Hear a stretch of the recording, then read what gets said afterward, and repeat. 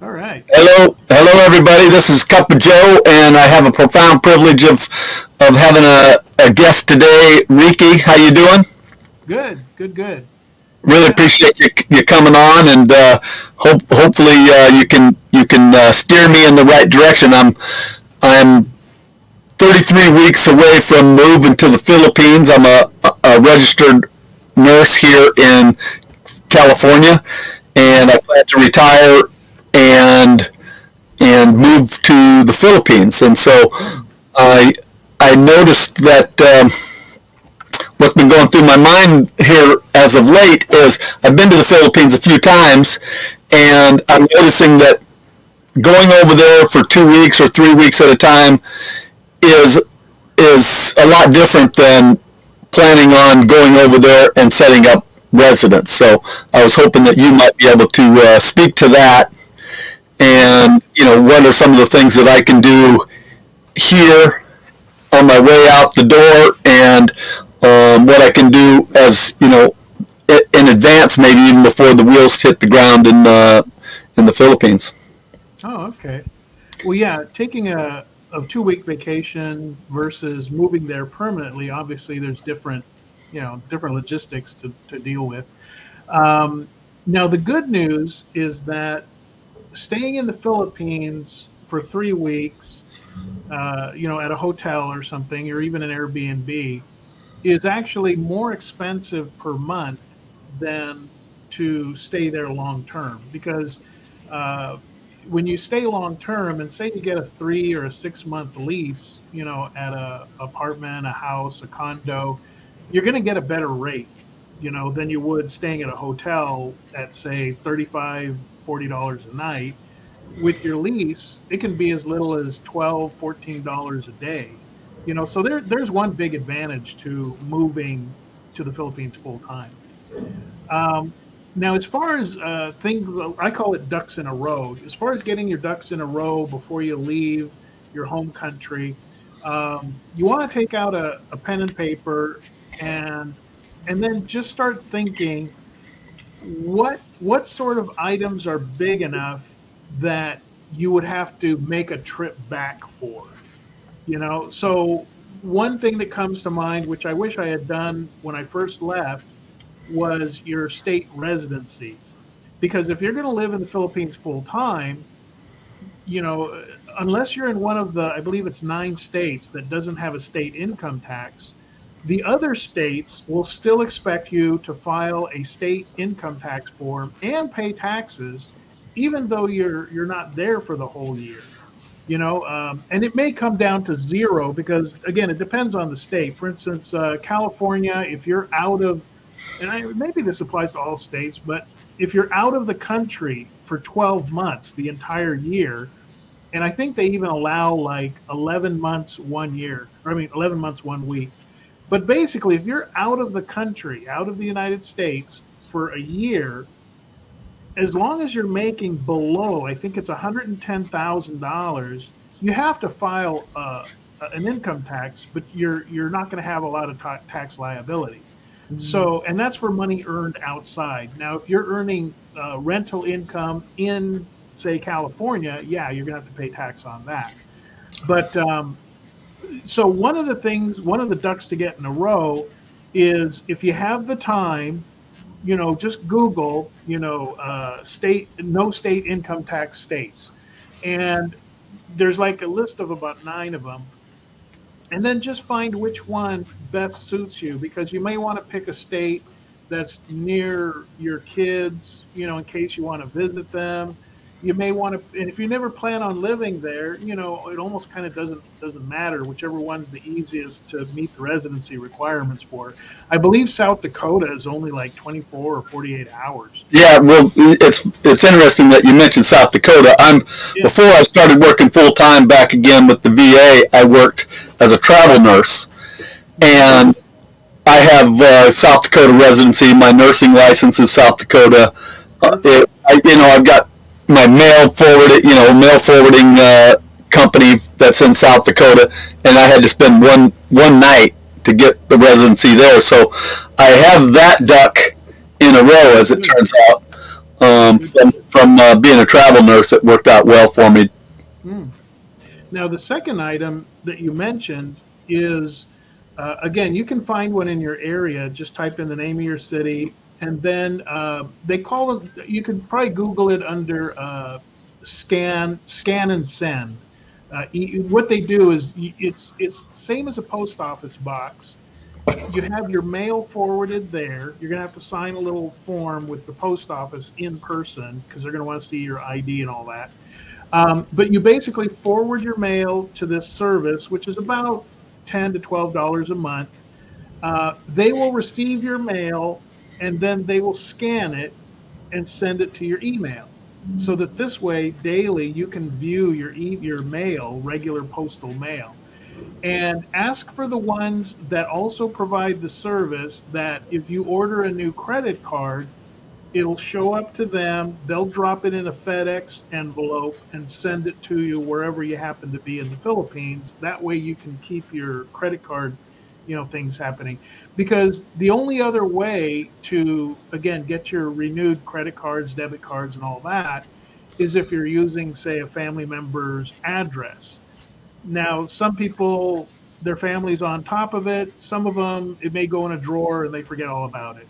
And they're not going to be scanning your email or your regular mail all the time. So it's worth paying the $12 or $10 a year, per month to get that kind of a service. So that would be like item number 2 to take. Yeah, on the item number 2, it's through America's Mailbox is the company in South Dakota, and they have different levels: bronze, silver, gold, and I think I'm a silver. Where the gold, which is you're speaking of, which would be something that would be great, was I don't have them scan it. They hold it, and then when I say drop the mail, they send it to me. By having them scan it, they open it up, they take a picture of what it is, and I've never paid for that service, that would make a lot of sense to pay for that. Yeah. Now, the third thing to have kind of on your checklist is anything that you have in a storage unit. Now, again, everybody's situation is different. Some people have a family member that you can ask them, you could put it in one of those plastic totes, just stuff you want to keep, maybe stuff from high school or whatever. Stuff that you don't need in the Philippines. You may have a family member that you can put all this stuff in a couple of those totes from Home Depot and say, hey, can I just stick this in the corner of your garage? And if they're okay with it, well, then great. But here's the problem, and I have a friend of mine who went through this. He knew he was moving to the Philippines permanently, but he had a large amount of stuff that it was just too much to be putting on a plane, and he really didn't need it in the Philippines, but he wanted to keep it, didn't have any family to leave it with, so he put it in a storage unit. Well, as the years go by, it occurs to him that, again, rates vary around the country, but like say here in California, even a very small closet-sized storage unit can be $35 a month. So at that rate, you're spending about $300 to almost $400 a year for this stuff that may not even be worth $400. And right. That's just the first year. Second year, $800. Third year, $1,200. And so he ended up spending $1,000 to fly back and just sell it on Craigslist and whatever, and then going back to the Philippines. So to me, having a storage unit when you're going to live permanently in the Philippines really doesn't make a whole lot of financial sense. Well, I should mention that I own a home in Arizona, mm-hmm. in a 55 and older community, mm-hmm. and I plan to winter in Arizona from like November through March. The best time to be in the Philippines, I want to be in Arizona, and so I have a garage. I'll have even if I rent the place out, I'll have a corner, like you say, of the garage that is owner's locker or something like that. So which brings me to the point that it's like I want to spend 6-7 months in the Philippines, and how would I handle the stuff that I acquire, like a motorbike, or if I rented a place, or that wasn't completely furnished, and then I buy furnishings, and here November rolls around and I want to be back in Arizona. Can you speak to how to handle that situation where the expat is actually spending several months a year back in the U.S.? Well, there's the bulk buy-in box, and that's perfect because you're not in a big hurry. If you start accumulating a lot of stuff in the Philippines, then you can always get, it's a pretty big box. It's about 2.5 by 2.5 by 2.5, box. And it doesn't matter the weight. So use lots of shipping tape. And you just fill up the box with all this stuff. It's generally about $95 to have it shipped bulk buy-in. And if you're in the United States, just go on Google, type in Asian markets and then the name of your city. Find the nearest Asian market that sells like Asian groceries and stuff, and they usually provide bulk buy-in service. If not, maybe in the comments we could put bulk buy-in, how to spell it. But you can also find bulk buy-in providers in the United States to send stuff if you have an address to send it to in the Philippines. So that's one way you can deal with that, because it'll take a while. It may take anywhere from 5 to maybe 8 weeks to get there. It's like I said, a flat rate, about $95. Put a lot of shipping tape, because if you want to send it FedEx, well, just sending a couple of documents is about $25. And if you wanted to send, like at one time, I wanted to send. My mom collects dolls, and I got a doll for her in the Philippines, and I was going to ship it. Now the doll only cost about $25, but to ship it was going to be like $80. So you're not going to be shipping a whole bunch of pots and pans and mixers and whatever in a box through DHL or FedEx or any of that. Bulk buying is about the cheapest way you can go. I'd love to do that. I don't know that I can do it the first time coming out the gate, like you said, having an address. So if I had established a spot, I keep on thinking it'll probably be a condo, but if I establish a spot, then I could see, even if it was 10 boxes, having 10 boxes of my stuff from here over there would that's $1,000. That'd be maybe easier than going out and trying to replace that stuff in the Philippines, if you could even find it. Well, that's where it becomes a judgment call for each person. Now, life becomes so much easier being a minimalist. When I get ready to go back to the Philippines, I'm just going to take 2 carry-ons. That's it. And one carry-on is going to be my computer and video equipment, along with some possible belongings, some gifts, for my girlfriend's family and all that. And the other one is going to be my clothes and personal items, which I only need like really a week's worth of clothes, because you wash your clothes, you're going to be near the laundromat or whatever. So for me, being a minimalist makes life so much easier. I can go island to island. I can be packed in 20 minutes and on the ferry and at the place, and unpacked in 10 minutes, so it makes life very easy.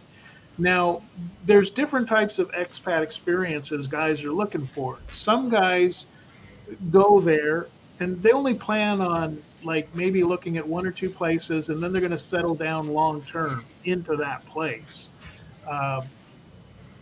They're not going to be bouncing island to island like I have, because when you stay in one place, even if it's 6 months a year, you decide you want a better toaster, you want a better blender, you want certain kinds of pots and pans, and you start accumulating a lot of stuff. And now you can't just put all that in a backpack and get on your motorbike and ride to the next island.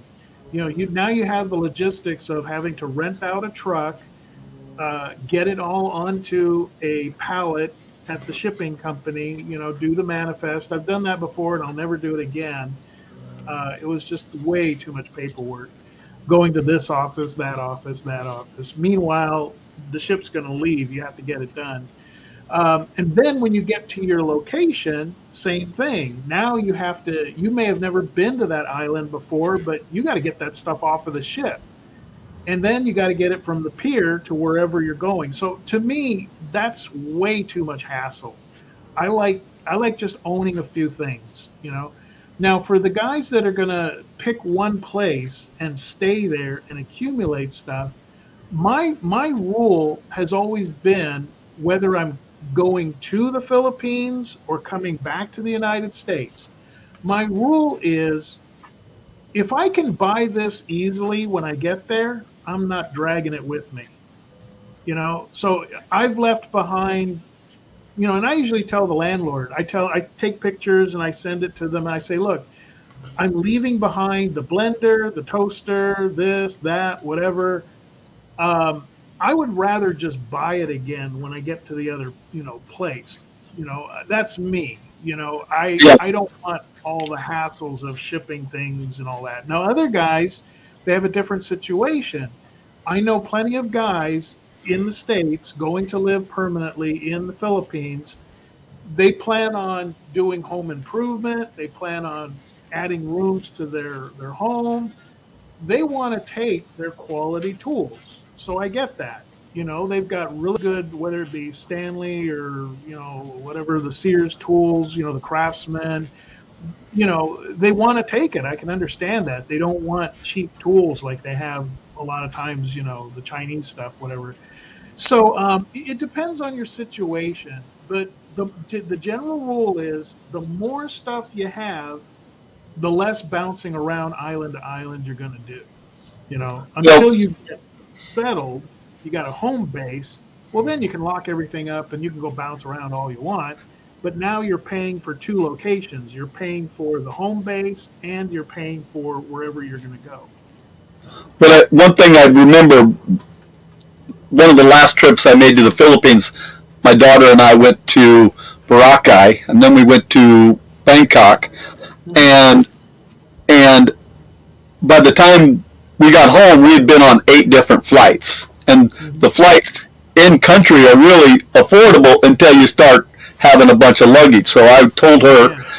you know, we'll buy that when we get there. You know, just have a carry on, and the money that you save on not having a check bag, you're going to be able to buy that where you get probably for cheaper than what they'd charge you for the Oh, yeah. suitcase.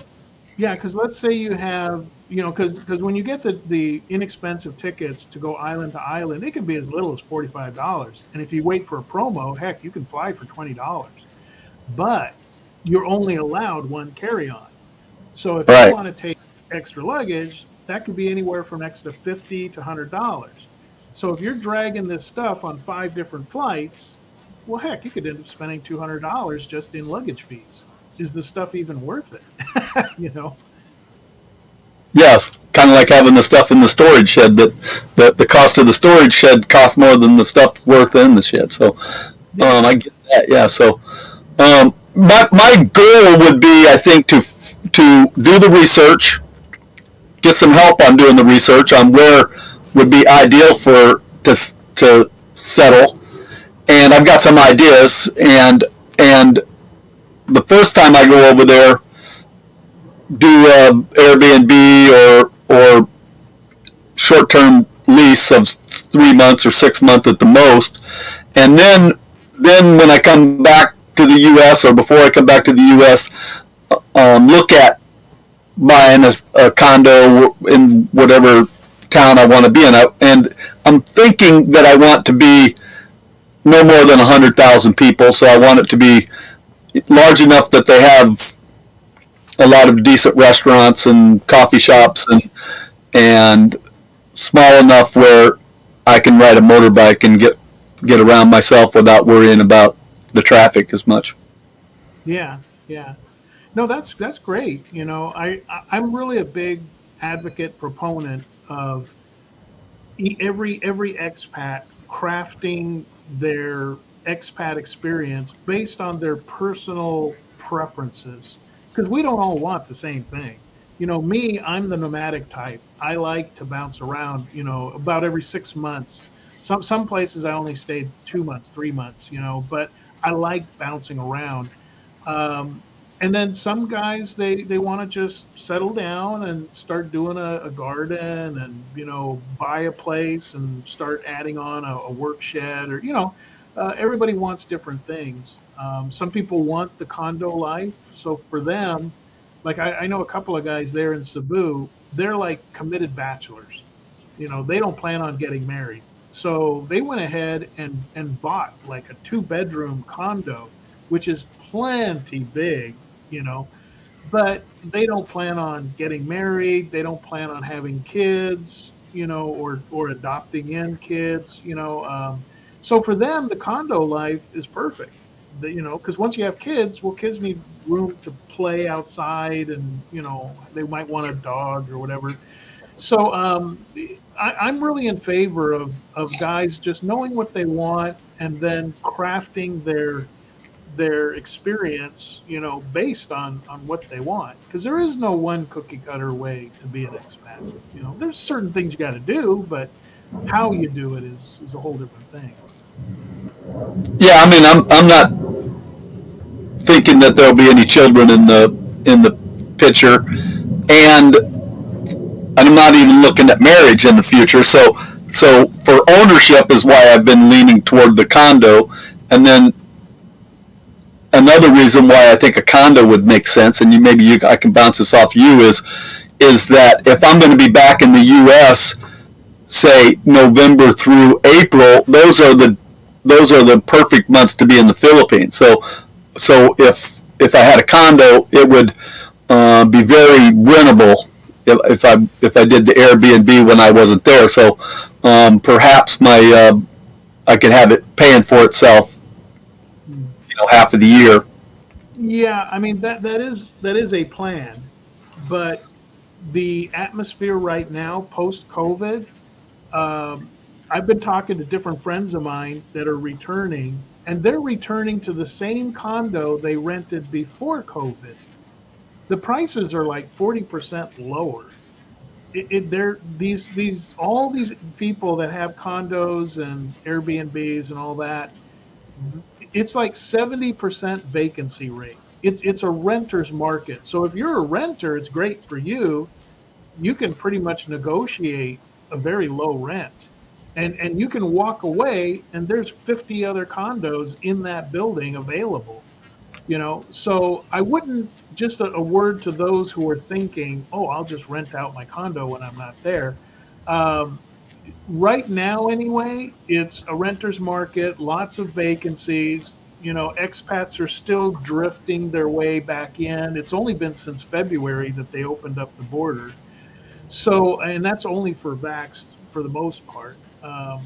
But anyways, there's a thing going on in Cebu that's looking promising. But all in all, right now, plan on making that payment yourself, because even if you have it on Airbnb, it may go empty all year. Just like the other 70%. And I know when I left there, a year ago, at night I would look out my window at the other condo buildings around me. I could see quite a few of them. Entire buildings, there might be three, maybe four lights on. 9 p.m. There's literally, like, on one whole side of the building, four tenants, and there's got to be at least 50, 60 units. You know. Well, speaking of that, then, so say my plan is just to come over and rent a condo for 3 months or 6 months, and they're asking, let's say they're asking 30,000 pesos a month. Do I have how much leeway is there for me to say, I don't want to pay 30, I'll pay 20, or? Yeah, there's a lot of leeway right now. In fact, before even showing up, maybe when you do show up, just so that they're halfway in it, let them know. Well, I'm just looking to spend 250, 275, no more than 300 a month. I mean, like I said, for instance, one buddy of mine, he just returned to Cebu, literally like yesterday, and he's back at the same condo unit that before, I believe he was spending about $500 a month before COVID. Now he's getting it for 250. So yeah, there's a lot of leverage we as renters have right now. We can pretty much negotiate whatever price, I mean, within reason. Um, they're just because they want 500 a month doesn't mean you got to pay it. You can just tell them, well, this is my budget. Can we do this or not? And if they say, well, it's really 500, maybe I go 480. Okay, well, thank you. I'm going to continue looking. And as you start walking away, that's when you're going to realize how desperate they are. You know, if they're going to be stubborn about it, you walk away. But if they really need the money, they're going to go, okay, wait. Okay, let's do 275. I mean, that's the situation right now. Oh, that's great. So back to what we started with, getting my ducks in a row. We got to like 2 or 3. Uh-huh. What's duck number 4? Well, this is all preparation you're doing in your home country, before going there. The fourth one, I would say, is think of any legal reason, any legal necessity that would bring you back to your home country. You want to take care of that. For instance, your passport. Um, if you've only got a year or two left on your passport, get a new passport because then it's good for the next 10 years. And I recommend, it's like an extra $10 or something, have added pages put on your passport because you don't know. You may want to take a trip to Vietnam. You may want to just check out Thailand. Every time, you go in and out, like Cambodia, they use an entire page. Their sticker uses an entire page in your passport. So does Vietnam. I don't know about Thailand, but so if that's one legal reason you'd have to come back home. Now, actually, you could. I've done this. I've renewed my passport in Cebu. But if you're living, say, in Dumaguete, or you're living in Davao, or you're living in Manila, actually, you could probably renew it at the embassy in Manila as well. You're going to be taking a trip. So if you look at your passport and you've got less than a year on it, it's only really good for 6 months because once it has less than 6 months validity to it, basically most everybody sees it as not valid. You're not going to get your visa extensions and all that. Yeah. So one legal reason would be your passport. Another would be, and some of the guys have this issue, is child support. If you owe, I forget what the amount is, but I think it's like 25,000. Or if you're in serious arrearages, they can restrict your travel. So if guys owe a bunch of child support and they know it, they may book the flight and everything only to get to the flight and realize they're not going to be allowed on board because the district attorney put basically a hold on their passport. So if guys have child support arrearages, take care of that. Same thing with alimony and whatever.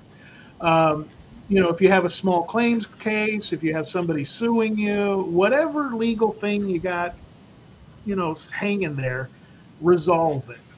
That might even be property taxes. Get them taken care of. Just get anything you can think of legal that you're like, dang, now I gotta fly back to my home country because I gotta take care of this. Take care of it now. Now, maybe this would be the time to transition into the list of things we were talking earlier about, like having a game plan or a script for once you land and things to do, like say the first 30 days. Yeah, let's do that. So you get off the plane in the Philippines. First thing is going to be corralling all your stuff, your luggage and everything. They do have these carts, so if you came with a whole bunch of stuff, you can get the carts. And then you're going to want to go out the airport. Do not just ignore the people that are right outside the door saying, hey, we got a shuttle, we got a car. All of those are overpriced. They're grossly overpriced. Just ignore them. They'll even try to grab your luggage sometimes. And I just tell them very firmly, no, I'm okay, and just keep going. And what you want to do is just walk down the sidewalk, and they'll have on the airport a taxi queue. Now, a lot of people freak out over this, but it's no big deal. They'll have like a line of white taxis and a line of yellow taxis. The only difference is one of them, the startup fee is like 20 pesos, and the other one, the startup fee is 40 pesos. Well, unless you're going down the block, it doesn't matter because you're going to go further than 40 pesos to get to your hotel. It really doesn't matter. So whichever one has the shorter line, take that one. Okay? You'll see like 60 people in the cheaper one. It's ridiculous. They're going to spend whatever they're going to spend anyway. They're doing that thinking they're going to save money. They're not going to save any money. So just take the shorter line. So then you get to your place, you unload all your stuff. Let me interrupt for a second. So, it occurred to me as soon as I got in the taxi, I don't have any pesos. I've still got American money. So, do I exchange it here in the U.S. or do I exchange it right there in the airport, or how do you do the exchanging before you get in that taxi? If you really want to have it on you when you board your plane, then you can go to your bank. Again, every bank's different. I don't know how much Philippine pesos your local American bank's going to have on hand. Now, what you can do is either on your layover or when you land in the Philippines, you can, and we'll get to this in a second, you can use your debit card or credit card. You can go to the ATM, and when you ask for money, it's going to come out in pesos. Okay. Now, what you want to do before you board your plane, this is another thing for the to-do list, is contact your bank online. They'll have a little thing there, or call them on the phone and give them a travel notice. Tell them, I'm going to be in the Philippines starting this day. So if you see me using an ATM card in the Philippines, it's because I'm on vacation or I'm away, And otherwise, your bank won't process the request at the ATM machine. In fact, they'll think somebody stole it, So give that travel notice. So back to your question, you'll land in Mactan, Manila, wherever you're landing, and they'll have ATMs right there in the airport. And you can just, I wouldn't pull more than maybe $100, and that'll take care of you for a whole week, just pull, because the exchange rates might be a little higher there in the airport. I know they're definitely cheaper when you go to the money exchangers. You get the best rate at the money exchangers. So if you have like some $100 bills, that you took with you in your wallet, go to the mall after getting money at the ATM just to get you by. Go to the mall, not the money exchangers in the airport. They have a worse rate. Go to the mall. Ask where the money exchanger is. Every mall has one, and that's where you'll get the cheapest rate. You can convert your $100 bills into pesos. But for the taxi, okay, got it. You're going to the ATM in the airport. Okay, gotcha. So now I'm in the taxi. They're taking me to predetermined location. One thing I've done in the past in Manila, I think it's at Terminal 3, is I booked my first night right there across the street on Newport Avenue, I think it is, or something like that, a nice Airbnb. So I could avoid the taxi altogether. I just walk, 2 or 3 blocks from the airport. Uh-huh. It's Terminal 3. I don't know about the rest of the terminals, but... Yeah, one consideration is that's okay in the daytime, but you don't want to do that landing there at 3 o'clock in the morning. Yeah, good point. And I have come in at 3:55 or something in the morning. Yeah. Yeah, it gets sketchy. I had an issue with guys trying to rob me and it was only 11 o'clock at night there in Cebu. So anyway, so now you get to your apartment, and my personal list. Once I've got my stuff in there, um, I want to get my phone set up. Oh, actually, this is another thing you'll want to do if you don't already have a Philippine SIM card, which you already have probably. Although I don't know, it may be expired by now. If it's I mine. don't have a SIM card. Well, when you land at the airport, there's these girls. You'll see them. They're dressed in the blue globe dresses, whatever, and they got the little brochures. At the airport, when you land, inside the airport, you can buy a Globe SIM card. They'll do everything. They'll open up your phone, they'll put it in there. I ask them to write down my phone number because it's written in teeny tiny little numbers. So I ask them, what's my phone number? They'll write it down, put it in my wallet, and then I tell them, okay, put me on a promo, a plan. They call them promos. Put me on a promo. I want 30 days of internet, and it's usually $20. 999 pesos for 30 days of internet. This way, when you get to your hotel, your And whatever, this will work on my iPhone. what's that? This will work on my iPhone. This will work on my iPhone, or do I need to have a phone that I bought in the Philippines? Well, it doesn't matter where the phone was purchased. What matters is if it's locked or unlocked. Now, a lot of the cheaper phones that you get at Walmart and whatever, they're unlocked, and you can. So, what I would do is if you got your phone from iPhone or from Apple, or you got yours from Verizon on one of their promo plans, ask them, is my phone locked or unlocked? Because I'm going to the Philippines. Now, worst case scenario, you get to the airport, you get your money, you get your taxi, you get home, you can go into the nearest mall, you can buy a brand new, really good smartphone for under $100. If you really were tight on money, you could get a nice smartphone for like 45 bucks. That'll do the job, run apps, the whole 9 yards. Really? You know, so worst case scenario, you go in the mall, they've got plenty of phone stores, lots of competition. The phone that I'm still using now is a Samsung Galaxy. I don't think I paid more than 125 bucks for it, and it does everything I need it to do.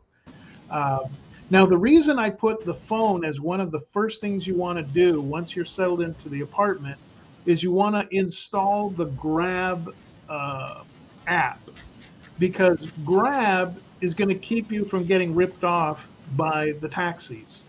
With Grab, everybody knows you punch in the address. If they want to take the long way getting there, they're not getting paid anymore, flat fee. So I use Grab to get around. I refuse to deal with taxi drivers that take you the long way just to pad up the meter. They don't So know the color of my skin. yeah. So I see getting your phone SIM as like one of the first things you want to do once you settle in. Find out where the nearest mall is, get in there, get to the phone store, get your promo set up, and now you got internet. Get Grab on there. Now you got transportation. The next thing I usually do is, even if I land late at night, if the hotel provides me a couple bottles of water, I'll wait till the next morning. But to me, water is the first thing I want to know I can get. If I have to, I'll walk a couple blocks and go to the 7-Eleven, get a couple bottles to hold me over. But if I'm in an apartment, usually I buy the 5 gallon, containers, and they'll have some way of, thing dispenser. I want to know where's the nearest place and will they deliver? Because sure, I could schlep on over there and carry a 5 gallon bottle of water 2 blocks.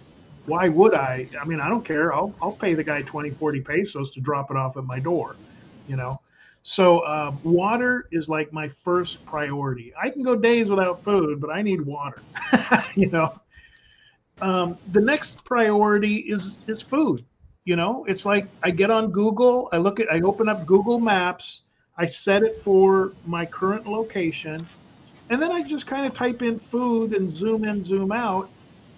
You'll find out just 2 blocks away. There's a place to get breakfast 24 hours a day. There's most of the restaurants are at the mall, but there's other restaurants nearby.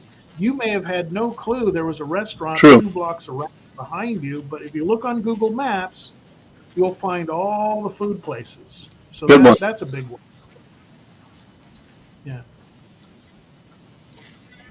And then after that, it's really just learning the area. You know, usually my next day or day after, depending on how tired I am, I do a walkabout. You know, I have my breakfast and then I come out my condo and I'll either go left or right, but I walk around the block. I want to know what's within 1 block of where I live. And you'll be amazed. You know, like for me, I love to cook. So, yeah, I think your microphone turned off. I don't hear you. Delay here. Yeah, your audio drops in and out about every 5 seconds. Oh, okay. So yeah, so then you got your water, you got your SIM card, you know.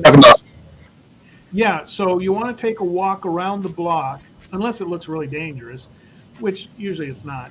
Um, and you'll discover bakeries, you'll discover mini marts, you'll discover is that taking that walk around the block, and you can venture out a little bit more. You're gonna discover what's closely available, and then you've got a go-to place for Okay. breakfast or a place where you can buy fruits and vegetables. Well, I was thinking what we could do is go ahead and end the call, and this.